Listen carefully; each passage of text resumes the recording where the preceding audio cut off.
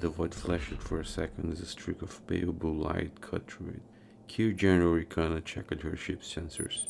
She shouldn't be worried, of course. Long ago have she set up the stealth system to go online as soon as they skipped in this kind of mission. Still, her head tentacles contracted involuntarily with anticipation. There, her target. There was no need for sensors when most of our view screen was filled with the abstract painting in motion. Clouds of purple and green, and the orange tone of her skin, swirling in this endless storm of paint that reminded her of home. There was, though, something wrong with the gas giant. And it wasn't a swarm of tiny lights flying just over the angry atmosphere, but instead what those ships tried to salvage. There in the northern hemisphere of the gas giant, something broke the flow of the planet-sized storms. Like a rock in the current of colorful waters, something was slowly plunging into the planet, and it was massive.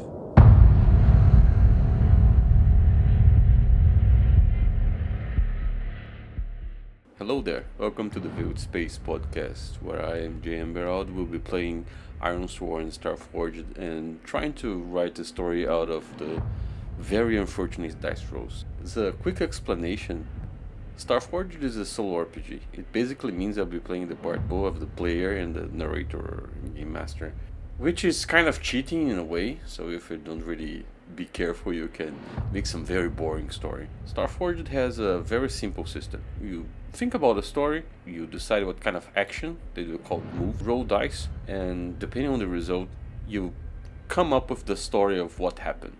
And of course that goes on until you get to the end of the story. Every time you need to test something, one of those moves, you roll 3 dice. 2 10-sided dice, which means the challenge, how hard it is, what you're trying to do, and 1 6-sided dice, show action, to which you add any kind of attributes to it. If you manage to score higher than the 2 challenge dice, it was a strong success. It means that you managed to do what you wanted, maybe with a bonus. If you roll over just one of the 2 challenge dices, it means you have a weak success. So yeah, you did manage to get it, but maybe there's a cost. And of course, if you roll under the 2 challenge dice, yeah, that's a miss. Something bad happened. Starforged has several tables that they call the oracles. So whenever a situation might come up, I can roll on those tables to have inspirations of things to do. Maybe it could be a planet that I come across, or ship, a character, or just words that will help me think about the possibilities. And usually in Starforged you create a setting. The basic concept of Starforged happens in this universe with only humans where something very terrible happened, but I'll be using my own universe for this. So yeah, there's a reason why this is called Veiled Spaces. I'm a writer. I already had published a couple of novels several years ago, almost 20 years now back in Brazil. And there's a few RPGs and things like that. Of course, if you check the Veiled Space YouTube channel, you'll see that there is other stuff going on there. And Veiled Space is a bit different. So yes, there are aliens. There's a bit of a Star Wars feeling in that sense. No Jedi, of course. But it's a universe in which there is this massive, super powerful civilization of aliens who would be maybe the equivalent of a federation for Star Trek, but humans are not part of it because we suck. The story will be happening in the Free March. It's the region that's not aligned to any specific government. And no, humans are not united in a single government. It's basically just a different version of right now. We have powerful nations and corporations ruling their part of space, and of course other aliens with their own governments too. I'm not going to do a info dump right now. We'll just go along with the story, see what happens, and whenever something that makes sense to explain come up, I'll try to do it in a way that doesn't stop the action. The first thing that I did before playing this is rolling on a few tables to see what kind of characters can we start with. And the first roll came as a smuggler. So yeah, why not? The character for this first story, Kirjan Orikana. She's not human. Let's start with that. She's a Netarian. Netarians are sort of a humanoid anemone. So imagine a very colorful humanoid with, instead of hair, to have tentacles on her head that move independently as if she was underwater all the time. Netarians are corporate driven.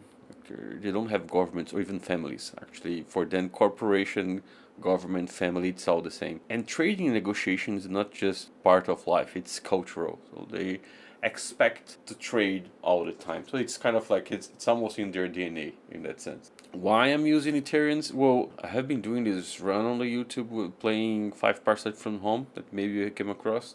And Ethereans have usually shown up as bad people.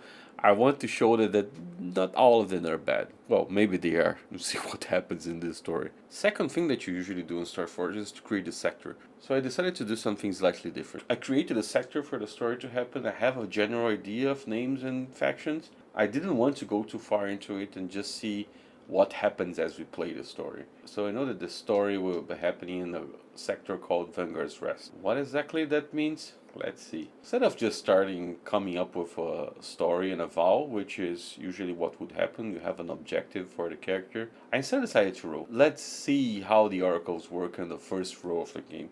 So yeah, in this case it's one of those examples that I'm not testing. I'm really just rolling on a random table to see a couple of words that can help me think about what direction the story could start in.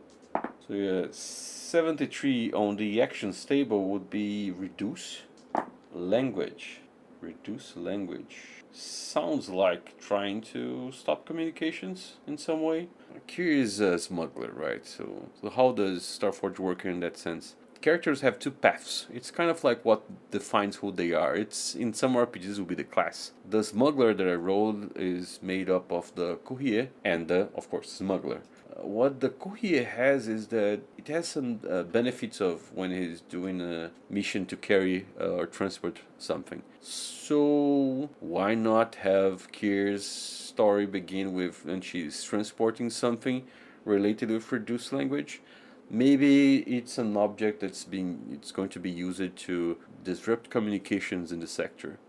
She is being hired by someone to go into the sector. It's smuggling it, of course, so no one should know about it. When I'm rolling the sector, what I came across is the idea that Vanguard's Rest has this ongoing conflict.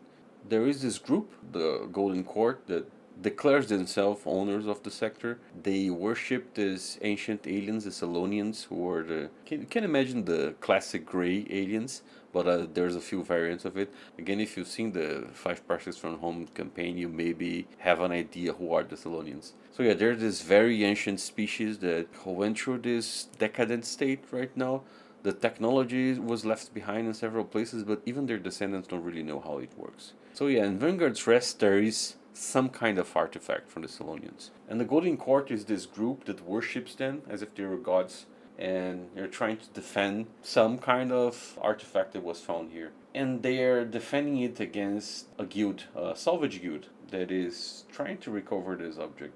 So when rolling here, I came across the first object as a gas giant, so it is Jupiter-like, more alien than what we know with Jupiter and Saturn. So as Kyr's ship jumps into the sector, she can see this planet from afar, but there's clearly something weird on the surface. I mean, of course, the atmosphere of the planet. It's as if there's this... It's almost like if there was a river, a colorful river with paints, or maybe it's toxic, who knows, and there is a rock in the middle. So the rock is making the current move around it.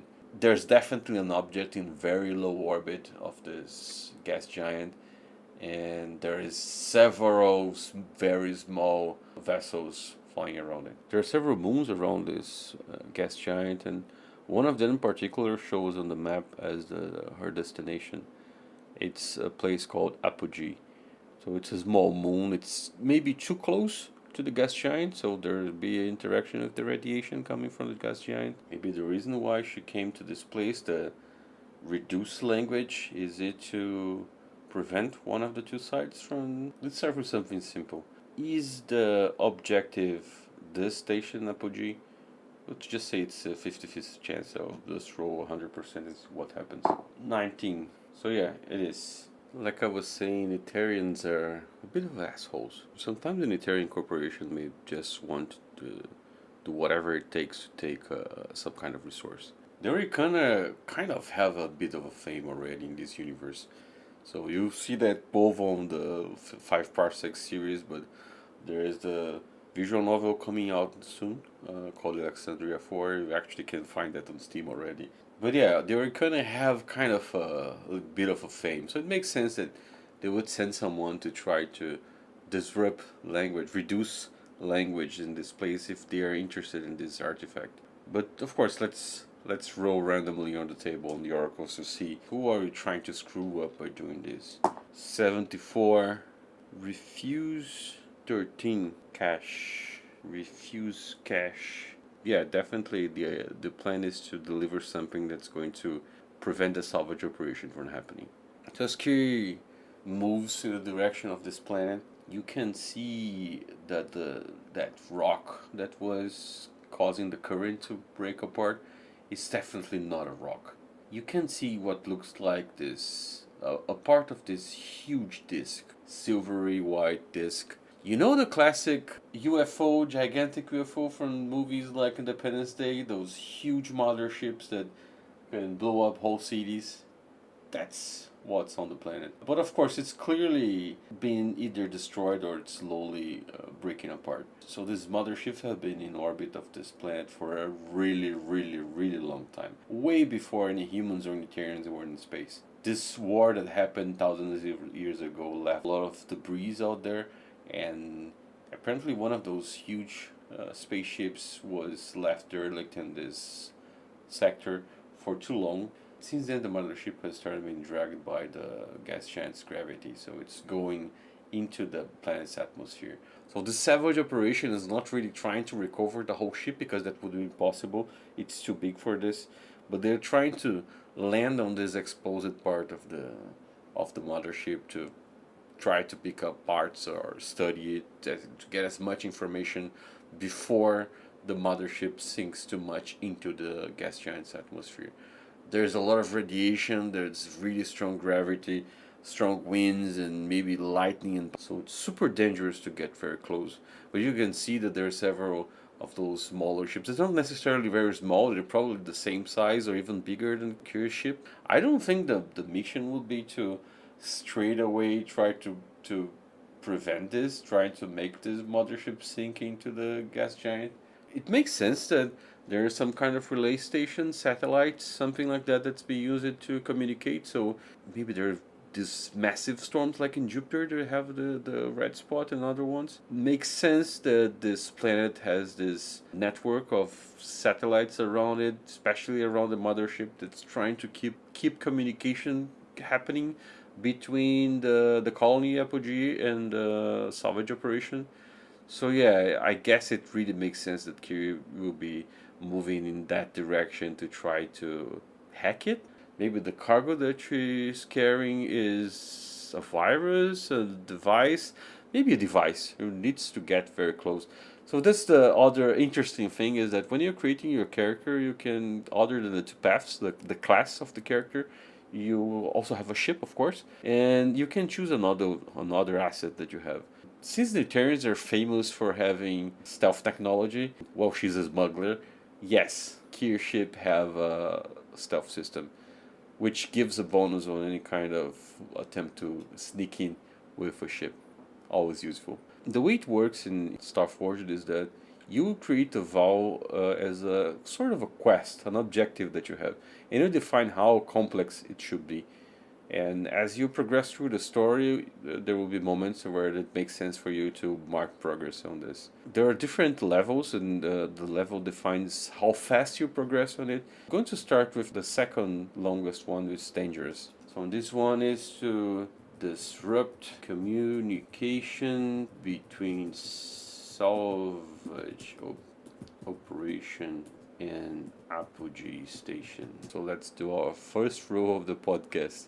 I'm attempting to swear a vow. So roll 2 10-sided dice, which is a challenge, and 1d6, which is my action dice. Each character have attributes, which kind of defines a little bit more of what the character is like. When you're rolling to swear a vow, you add your heart. The attributes go from 1 to 3. Kier's case, shadow is her highest, which means like being sneaky, lying, bluffing. I mean, again, she's a smuggler. Her heart and her wits are 2. So heart is kind of a mix of charisma, but also will to do something. Let's roll and see what happens. Challenge dice 5 and 10, and action dice was a 6, so added to my 2, it's 8. It was a weak hit. So weak hit in a swear iron vow means that you're determined, but begin your quest with more questions than answers. You take a +1 momentum, envision what you do to find a path forward. Momentum is something that you earn as you're playing the game. It's something that you can use to exchange for action. So let's say that somehow I managed to accumulate the maximum 10 points of momentum. What I could do in this case is that I'll replace the dice that I rolled and my action result for the momentum, and it resets my momentum back to 2. So I now have 3. Yes, so I guess it makes sense that I can't just go straight in there and deliver this package. There is a problem. Since there is a conflict going on in this sector between the Salvage Guild and this Golden Court, these fanatics, they would have some kind of defense, right? It makes sense that you have maybe turrets, maybe a squadron of fighters in the area defending it. So yeah, sneaking in sounds like a very good idea. So instead of just going straight in here, we'll start with a move called Gather Information. She's trying to check on their sensors, trying to collect as much information, maybe trying to hack in the Salvage Guild's communication, see if there's any kind of information that she can get from them. Another weak hit. 4 plus 2 from wit is 6, but there was a 7 and a 2 for challenge dice. On a weak hit, the information provides new insight, but also complicates your quest. Envision what you discovered, then take 1 momentum. Okay, so my momentum goes up, now 4, but something on the way that make it harder. So I already know that there is some kind of defense there. Yeah, definitely around the relay station that I need to get to, the satellite, that there's definitely a patrol boat, very well armored. It's first not a military level thing. Their job is exactly to prevent people from coming in. So even with the stealth technology that the Therians have, going straight in might not be as easy as expected. Here's the thing, I didn't really define what exactly is the cargo, right? I mean, it could be anything. It could be a virus, it could be a device, it could be people. Maybe there's a hacker in the ship and I don't even know about it. Let me roll. Let's see what the oracles have to say about this. 88. On the team table, it means technology. Okay, so maybe it's a device. We roll again on maybe description. 84. Sacred. Sacred technology. Huh. So we're talking about the Golden Court. They worship the Salonians, so maybe there's a device in the ship that's a Salonian device. It's something super rare that I'm carrying with me. Maybe I don't even know how it works. It's so high tech. For some reason, the corporation put that in my hands. They believe that this is really important to use this, and it kind of makes wonder, like, do they really need a Salonian technology, something so high tech, just to disrupt the reduce the language, reduce communication? Suspicious. But okay, at least I know that there is a device on my ship that I'm carrying with me, and maybe I need to get very close to the relay, but not exactly need to go all the way in and connect it to a server or something like that. I just need to get very close to it. So they don't know that I'm there. I guess that makes sense to next move will be a secure an advantage. So secure an advantage is when you assess the situation, make preparations, or attempt to gain leverage. Yeah, it makes sense. I'll try to get this patrol boat's attention somewhere else. Do something that draws their attention. So this would be a deception, stealth of trick or trickery. It's a roll plus shadow, which great because I'm good in shadow. My squadron path says that when you're doing a move to lying, bluffing, stealing, or cheating, you add +2, which is great in this situation. So I'm rolling +5. Perfect. So yeah, what I'm trying to do is maybe I'll drop a decoy, try to draw this patrol boat away from the relay station that I need to get to. Let's see what happens. Okay, so the challenge is 6 and an 8, but I rolled 5. Plus my 5, it's 10. Strong hit. Excellent. So on a hit, you succeed. On a strong hit, you take both. So I get +2 momentum, and I can add 1 to my next move. Perfect. My momentum now is 6, so it's really increasing it. And I'll have a +1 on my next row. So I dropped this decoy. It's works perfectly. Takes just a couple of minutes, and then the patrol ship engines go off, and you see that they're veering away from the relay station and moving in the direction of the decoy that I threw. Of course, as soon as I do that, I try to move farther away. I guess that instantly will take me to a next move. I can say that since I did this, it makes sense that I'm starting progress on my vow to disrupt communication, so I drew the defense away. Since it's a dangerous vow, it means that every time that I mark progress, I mark 2 squares. There's a total of 10, so it means to have 5 successes. Okay, so the ship moves away, the patrol boat is going after my decoy, and I'm moving in. That's definitely a face danger, so it's another move. I'm trying to. I'm tempting something risky or reacting to imminent threat. So yeah, definitely I'm still using my stealth. I'm trying to get close to it. So it's a roll plus stealth plus my technology. It's kind of getting easy, right? Because now I have +2 and +1 for my advantage. I totally forgot that I have the stealth technology. It also gives me a +1. So it's like I'm rolling on +8. It's almost impossible to miss on this. And of course, just because I say almost impossible, I rolled a 7 and a 10. But yeah, I still rolled a 3 on action. This 3 plus 8, yeah, I definitely get near it. The strong hit is success. I get a +1 momentum, so now my momentum 7. I got near enough, so I can say that I managed to mark another progress here. 3 to go. Kiri advances with her stealth ship. The patrol boat totally ignores her existence, can see her.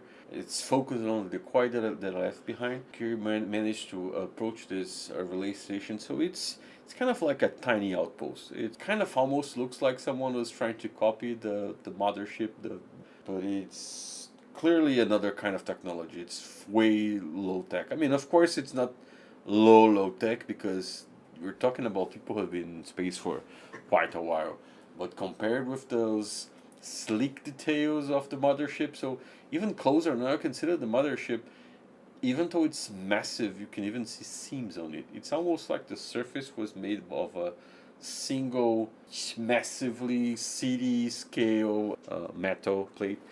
And in this case of the relay station, it's yeah, definitely as you get close, you can see that there's parts and modules connected to it. That's probably the kind of place that have a very small, maybe 2, 3 people working on it, maybe partly automated, a lot of antennas and things like that. So it has to be very powerful and shielded. I guess that it makes sense that because of the radiation on the area, it's not the kind of place that people want to stay for a very long time. So yeah, there's some kind of shooting around it too. So Kira approaches it and she needs to get very close to it. Maybe that's the thing. So there's shooting, right? The radiation of this gas giant is so strong that the relay station needs to have some kind of shooting around it. Which means that Kira needs to move in very slowly and maybe dock to the relay station to be able to use the device. Not really a matter about being stealthy anymore. So I guess it makes sense in this case. We'll be talking about edge, which of course is one of my worst attributes. It's 1 together with iron. Kira is not exactly the very physical kind of character. But when it's talking about speed, mobility, and agility, you roll plus edge in the case of face danger. I guess it's again face danger, right? And I rolled a 10 again. Why? Why do I keep rolling a 10? So it's 6 with my edge of 1 means 7. It was a weak hit. On a weak hit on a face danger, you succeed, but not without a cost. You make a suffer move. So a suffer move is that something wrong happened. So as Kira is approaching, trying to slowly maneuver through the shield, she managed to do it, but it's not exactly her forte. The best pilot out there. And when she's doing that, the relay station shield interfere with the stealth. For a moment, the ship flickers. Maybe inside the relay station, someone kind of sees something blinking on the sensors. And there's a stressful moment of trying to get the stealth system back on it. Then she managed to do it. It's very quickly, but it's enough to cause some stress. So I'll say it makes sense to cause 1 point of spirit damage. So it's taking down from 5 to 4 out of the stress of almost being discovered. Kier gets close enough to the relay station. That's when she needs to use the actual device. Kier goes back to the cargo bay where she usually carries some smuggled goods, but in this case, there's this large white disc that looks like a whole object, so there doesn't seem to be any seams or anything like that. But the thing is that this device is not entirely Solonian. Probably Orikana, the corporation, found this part somewhere at some point, and they managed to reverse engineer it. So the device actually has this huge cables coming out of it, connecting it to a device that's clearly the Terran origin, which is how Kier knows how to interface with it. So we get to it. She logs in using her wearable. So we're talking about 200 years in the future, with a lot of aliens who have been in space for way longer than humans. So yeah, your phone, it's just part of your clothing now. So anyway, she just uses her holographic interface of her wearable, seeing display in front of her. Maybe she uses contact lenses or it's an implant or something like that. She manipulates the controls to activate the device. Hopefully this will work out, but this is the thing. He is kind of suspicious about that. We should try to check the device. Is this device really what it says it is? Let's throw an oracle again to see what happens. 65. Misleading. Great. 26. Discovery. Misleading discovery. So here's the thing. Maybe there's something that Kier sees that freaks her out. There's some information that triggers some kind of warning in her head that, wait, this is not exactly what it's supposed to be. This is definitely going to reveal my presence. There's something wrong here, and she's suddenly questioning if she should do this or not. Is this the right thing to do? I mean, am I going to put myself in a lot of danger by doing this? Is this going to deactivate my stealth system? Is it going to kill me? She have the knowledge to figure this one out, like what exactly. Maybe it's a get information in this case, right? With Wheats. Let's see if she knows enough to figure out what this device is supposed to do. Amazing how my challenge dice has been rolling high. 2 and a 9, but my action is 5, so 5 plus 1. It's only 6. It's a weak hit. So the information provides a new insight, but it also complicates your quest. Envisioning a discovery and add 1 to momentum. So yeah, as Kier is checking it, she definitely knows that when she uses this, the device is going to deactivate her stealth, which means that everyone will see her ship hanging to the relay station. It sounds like a terrible idea to be there when that happens, right? So she needs to prepare for it. She's going to activate the device, but she wants to be really prepared to just get the hell out of there. She'll try to secure an advantage, prepare herself, curing by using mobility and stealth, so it's edge again, which is not the best. But anyway, I'll just try doing this. I could burn momentum in desperation, but then maybe I'll hold that for the actual face danger when I'm trying to get out of there. So let's see what happens, and I'm trying to secure an advantage, prepare myself to be able to run away very fast. Okay, 6 and 3 is a challenge, and 6 on my action dice. So 7, that's actually a strong hit. I don't know how, but yeah, I managed to get it. Which means plus 2 momentum. Now I have on the maximum, it's 10. And I get a plus 1 on my next move. Perfect. So yes, here prepares the ship to just blast out of there as soon as the device goes on and the stealth system deactivates. So what happens when you're doing a vow is you still need to roll. There is a move called Fulfill Your Vow, in which you're testing by comparing the challenge dice to how much success you had so far. So what I'll be doing is Kier goes to the device and tries to activate it. I don't roll the 6-sided dice. I'm rolling 2 challenge dice against my progress, which is 8. Hopefully I'll roll under that. Okay, a 9 and a 4, which means a weak hit. So your vow is fulfilled, but there is more to be done, or you realize the truth of your quest.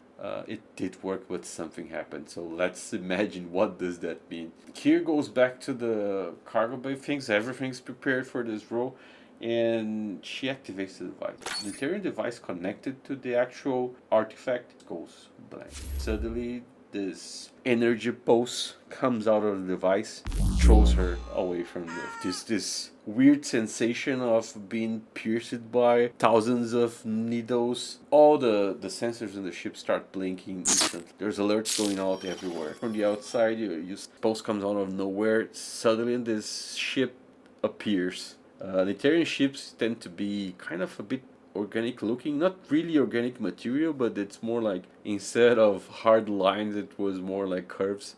So the pulse comes out of the ship and hits the relay station. So okay, so we know that it was not exactly what it was expecting. Well, what exactly happened? I guess it makes sense to Rogan and Oracle to see. It doesn't seem like this is going to be something so simple as disrupting. I mean, how exactly does that disrupt communication, right? 59. Isolate weapon. Isolate weapon. So when a device goes off, what happens is, looking again from the outside, you see this bubble of energy coming out of this ship that wasn't there. Unitarian ships blink into existence as this pulse is coming out. It hits the relay station and pushes it away. But these bubbles keep spreading out and it starts hitting everything around it, some of the salvage ships, some of the satellites, and just like the ship stealth system went out for a second, other systems go out too. So the bubble works kind of like a EMP. It makes all the devices simply deactivate everywhere around it. And it's like it's huge range. So it hits everything, and you can see those salvage ships that are too close to the gas giant. They instantly turn off and start falling straight into the storm, peering into the clouds, the stormy, colorful clouds of the gas giant. And the relay station itself, it's spinning, slowly spinning away. Gear ship also spinning out of control. It's bad. Yeah, she managed to complete her vol, but it's exactly as she's expected. Shit has hit the fan. Did the bubble hit the patrol boat? I guess that's a very interesting question. I'll roll a 50-50 chance. I mean, it did move away, right, to get after the decoy. So maybe it was far away, but at the same time, I say that the range is very big. Say if it rolls 50 or under, the patrol boat, it's out of range. 49. So the patrol boat was just outside the range of the device. Kiri managed to get up, go back to the cockpit. She's trying to get the computer to turn on. Things are not working. I mean, everything was supposed to be working perfectly, right? And when she checks her sensors, nothing is working, but she can look outside, seeing all those ships falling into the gas giant and all the salvage ships falling. Maybe there is some comms that you can still hear, or at least imagine the people inside those ships being dragged in by the gravity of the gas giant. And in the distance you can see this star moving closer to her. It's the patrol boat, and they can see her ship hanging there. It shouldn't be hard to figure out that whatever that thing was that it's killing everyone in the salvage operation, it came from her ship. Stop this episode right now, because I guess a lot of things happened and I wasn't really expecting this direction for things to go to. And let's see what happens now. Can Kiri get her ship moving? There is this patrol ship coming back, and it makes sense that the crew will be very pissed off of what she just did. I mean, even she's kind of pissed off of what she did. Not that she really cares about the salvage operation, but clearly the corporation put her in a situation that she could capture. I mean, at the same time, I guess the corporation wouldn't want this kind of device to fall in someone else's hand. Maybe they didn't really know how powerful it was and what exactly would be the effect on it, or they just expected Kiri to figure out a way to deal with it, right? We'll see next week on the next episode of Failed Space Podcast. Thank you. I hope you like it, and if you like the direction of this story, please like, subscribe. This is kind of an experiment on my side. I really want to see how it works out. Already sorry in advance, as you probably have realized, that English is not my first language, so sometimes I'll get stuck on finding the right words. I mean, it's a lot easier to think about, to have ideas and improvise in my own language, but I'll try, because this is actually very fun. It's a very interesting way of come up with a story. It's a weird experience for me. This is my first time playing a solo RPG, but yeah, I hope you like it. Thank you.